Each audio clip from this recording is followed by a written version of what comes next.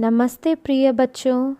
हमने पाठ 5 पड़ोसी देश नेपाल में नेपाल के बारे में विस्तृत रूप से जानकारी प्राप्त की और वहाँ के कुछ स्थानों के बारे में भी जाना।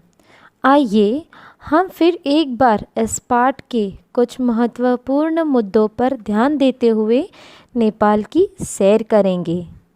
बच्चों, हमने इस पाठ के द्वारा जाना कि नेपाल भारत का पड़ोसी देश है। वहाँ के मूल निवासी गोरखे और शेरपा है। दोनों जातियाँ वीर, साहसी, उदार और प्रसन्नचित्त होते हैं। हमने इस पाठ में पढ़ा कि संसार की सबसे ऊंची चोटी माउंट एवरेस्ट पर चढ़ने वाले तेंजिंग शेरपा जाति के ही थे। वहाँ के लोग क्षेत्र के अनुसार अपने घर लकड़ी और पत्थर के बनाते हैं। नेपालियों का मुख्य व्यवसाय खेती है। वहाँ का सबसे उपयोगी पशु क्या है बच्चों? हाँ, याक है। जिस तरह हमारे भारत में कई प्रकार के पशु पाए जाते हैं, उसी प्रकार यहाँ पर भी कई प्रकार के पशु पाए जाते हैं, जैसे गाय, बैल, भेड़ और बकरियां आदि जानवर। पहाड़ी इलाका होने के कारण वहाँ यातायात की सुविधा का अभाव है। इसलिए नेपाल में भारत सरकार की सहायता से त्रिभुवन राजमार्ग का निर्माण किया गया है। बच्चों, क्या आप बता सकते हैं कि नेपाल की राजधानी कौन सी है? बताइए, हम इस पाठ में पहले ही पढ़ चुके हैं। सोचिए। हाँ, काठमांडू। नेपाल की राजधानी काठमांडू है। काठमांडू में शिव जी का प्रसिद्ध मंदिर है और भगवान बुद्ध का जन्म स्थान लुम्बिनी भी वही काठमांडू में है। नेपाल भी हम भारतीयों जैसे दीपावली, दशहरा आदि त्योहार बड़े ही उत्साह के साथ मनाते हैं। नेपालियों और भारतीयों के रहन सहन, सभ्यता, परंपरा आदि में काफ़ी समानताएं हैं। कैसा लगा बच्चों नेपाल की सैर करके? और आपको पता भी है, सैर करते करते हमारा पाठ का दोहराव भी हो गया। अब हम इन सभी मुद्दों को ध्यान में रखते हुए हम हमारे किताब के प्रश्नों को हल करेंगे। विद्यार्थियों, आपको प्रश्नों के उत्तर आपकी हिंदी पुस्तिका में ही लिखना है। आप इस वीडियो को एक बार पूरा सुन और समझ लीजिए ताकि आपको उत्तर लिखने में आसानी हो। चलिए शुरू करते हैं पृष्ठ क्रमांक 45 से।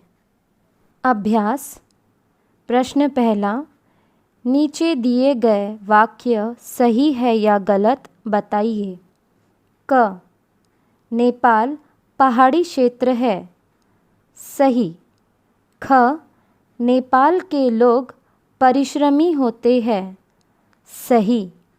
ग, नेपाल में अधिक ठंड नहीं पड़ती है। गलत। घ, काठमांडू नेपाल की राजधानी है। सही। ड़, नेपाल पशुपतिनाथ का जन्म स्थल है। गलत। पढ़ना और लिखना। प्रश्न पहला, उचित विकल्प के सामने सही का निशान लगाइए। क, गोरखे और शेरपा नेपाल के कैसे निवासी हैं? मूल, अस्थायी, शरणार्थी। उत्तर मूल। ख, नेपालियों के घर किस चीज़ से बनाए जाते हैं?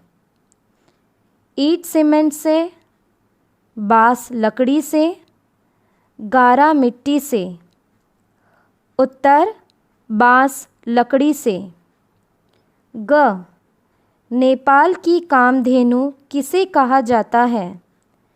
याक को, गाय को, बकरी को। उत्तर याक को। प्रश्न दूसरा, सही शब्द चुनकर रिक्त स्थान भरिए। क, नेपाल हमारा रिक्त स्थान देश है। पड़ोसी। ख, नेपालियों के घर बांस और रिक्त स्थान के बने होते हैं। लकड़ी। ग, याक को नेपाल की रिक्त स्थान कहते हैं। कामधेनु। घ, नेपाल की राजधानी रिक्त स्थान है। काठमांडू।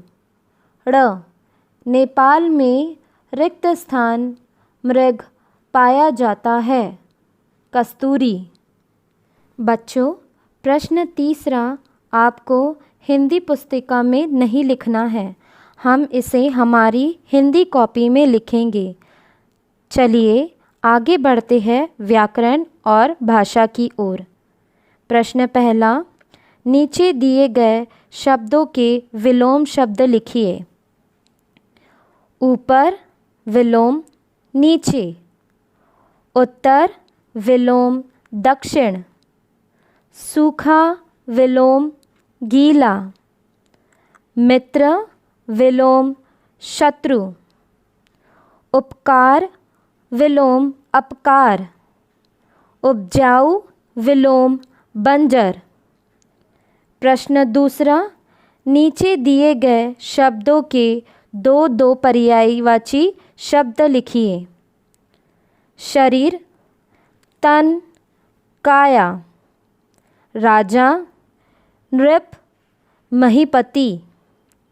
जंगल, वन, कानन।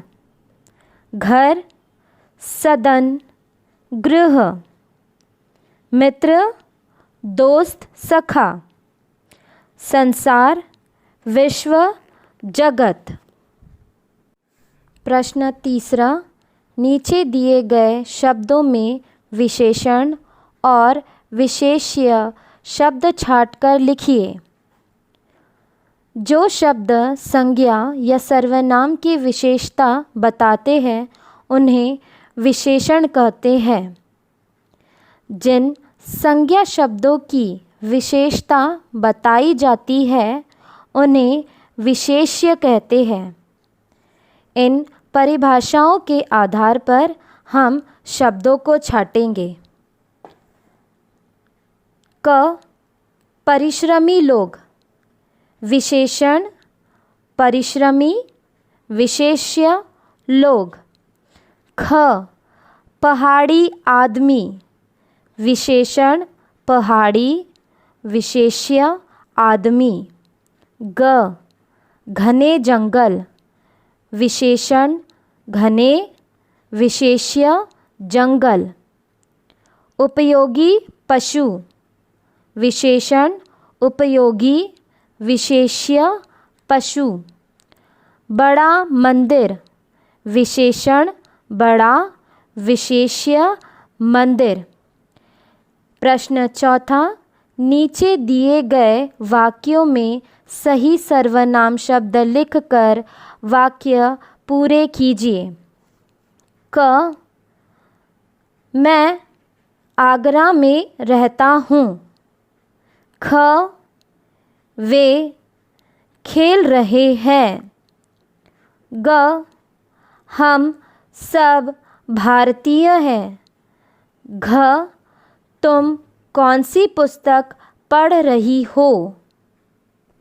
प्रिय बच्चों, अंत में मैं आपको बता दूं कि आपका आज का कार्य क्या है। आपका आज का कार्य यह है कि इन प्रश्नों के उत्तर को हल करके इनका दोहराव करना और अच्छे से याद करना। धन्यवाद।